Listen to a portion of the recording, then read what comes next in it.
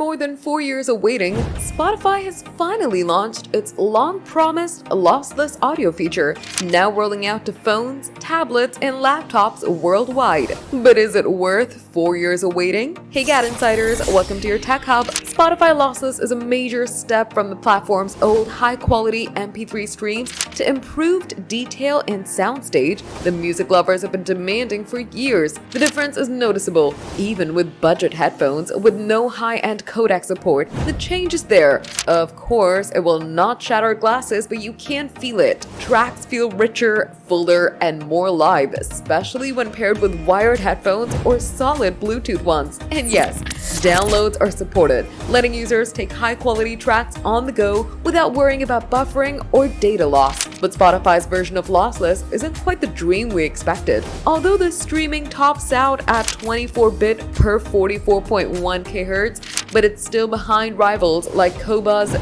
Tidal, and Apple Music, which stream up to 24-bit per 192 kHz. This may not matter much over Bluetooth, but those with audiophile setups or soundbars will notice the gap. But this still isn't the worst part. The worst is lossless files are large, and streaming them over a mobile connection can chew off your whole data plans fast. The only solution? Download tracks, or maybe get a plan with more data. So, is Spotify Lossless worth it? For current subscribers, it's a big win with no extra cost, better sound. But for true high-res audio fans, Spotify still falls short of the competition. It's a solid upgrade, but not a game changer. Still, after years of silence, Spotify finally showed up to the lossless party. The question now is whether it's willing to keep up or not. Have you tried lossless feature yet? What's your verdict? Let us know in the comments. And if you liked the video, give it a thumbs up. Subscribe to GadInsider, and don't forget to hit the bell icon so you never miss any tech update.